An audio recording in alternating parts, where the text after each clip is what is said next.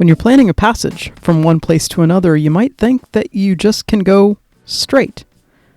Sometimes it's really good to have a whole lot of backup plans in your back pocket. Hi, I'm Nika Waters, and welcome to the Boat Galley Podcast.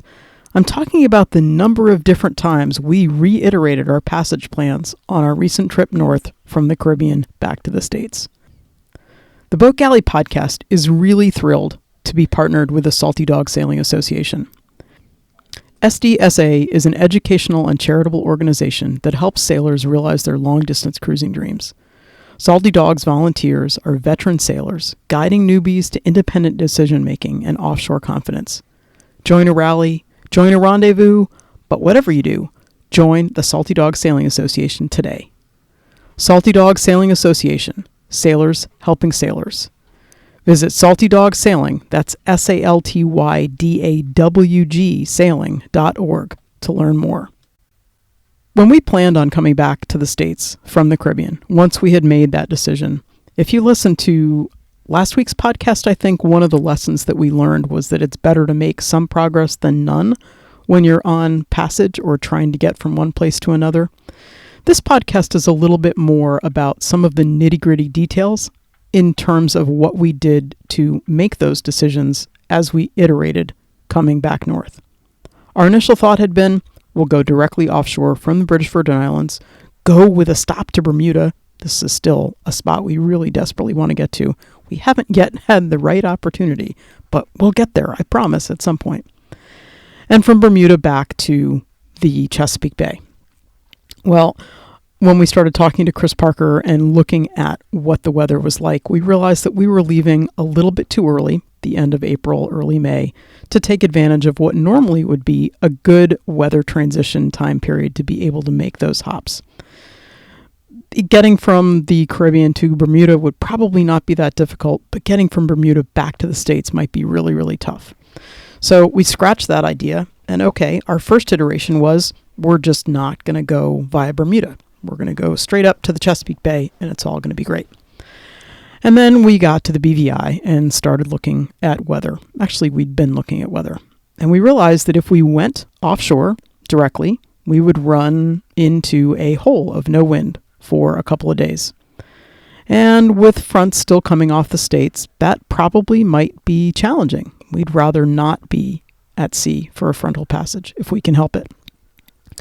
So we said, all right, we're just going to head along the coast of Puerto Rico and along the coast of the DR and generally head for the Bahamas-ish area, not planning on stopping in the Bahamas at all, not planning on stopping at all, but giving us an easy out if we needed to duck in for weather.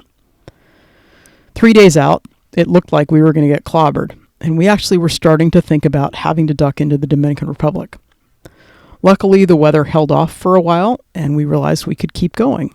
And we wound up ducking into Mayaguana in the southern part of the Bahamas, waiting for weather front to go by. We anchored there for a couple of days, did not go ashore, did not put the dinghy in the water. We were anchored far away from town, not clearing in and not planning on clearing in. We were waiting for weather. The front really didn't clobber us the way we were expecting, although we certainly saw an awful lot of lightning. From Mayaguana, we kept going, and we were still waiting for sort of really great weather. In an ideal world, we would be able to sail. We don't carry enough fuel to be able to motor nonstop back to the States, not even from the Bahamas. And we had not refilled with fuel. We had filled up with fuel in Nanny Key in the British Virgin Islands before we left. And if we had needed to refill with fuel in the Bahamas, we would have needed to clear in. That's just what you do if you're going to take advantage of some of the spots in places you should clear in. And we were hoping not to have to do that. And so we were really looking for wind to sail with. And we realized that we can sail. That was one of the lessons that I talked about in last week's podcast, is we realized that we're fine sailing at 3 to 4 knots, and we can sail relatively well, as long as the seas are flat, in not a whole lot of wind. We didn't need it to be 15 knots of wind. We didn't want it to be 30 knots of wind, but we were looking for sailable wind. And as we waited, we saw that we could get a little bit further. So we did. We made one more stop in the Plana Keys and uninhabited islands. Nothing there. The wind was very calm. So it was just a motor.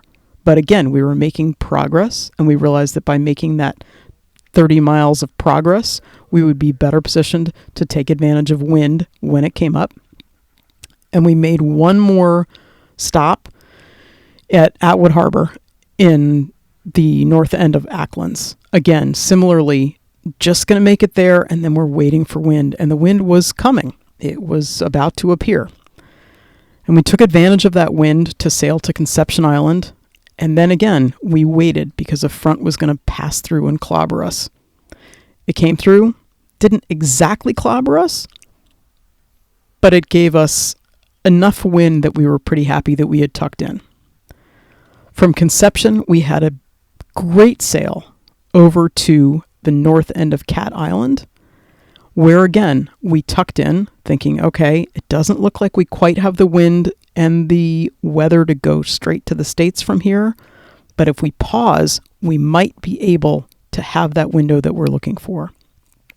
And that's what it turned out to be. We got to Cat, spent the night at Cat, woke up in the morning and left to sail. We thought maybe we were going to have to pause one more time in the Abacos, and we just didn't. We were able to keep going, although we did wind up having 2 full days of motoring because the wind was just super light. Behind that super light wind was another front that was going to come and just clobber us. And on our final night passage going into Beaufort, North Carolina, we could see the front coming in the distance. And we got into Beaufort after those multiple days of pausing and stopping and waiting and iterating. Really, we were looking for the right kind of wind to sail, but we also were seeing, okay, if we pause for a little bit, we might be able to get better wind down the way. And that strategy paid off pretty nicely. We had a no drama passage other than the fish trap that we got wrapped around our prop right at sunset one night, but that's a whole different conversation. Passage plans iterate not only before you start your passage, but often during the passage itself. You don't always have the option of ducking into an island and anchoring for the night. Sometimes you just have to alter the course that you're going to be able to avoid something that's coming up. Having access to great weather information and multiple sources of that weather information can be incredibly instructive and helpful as you're trying to figure out how to have the best passage that you possibly can.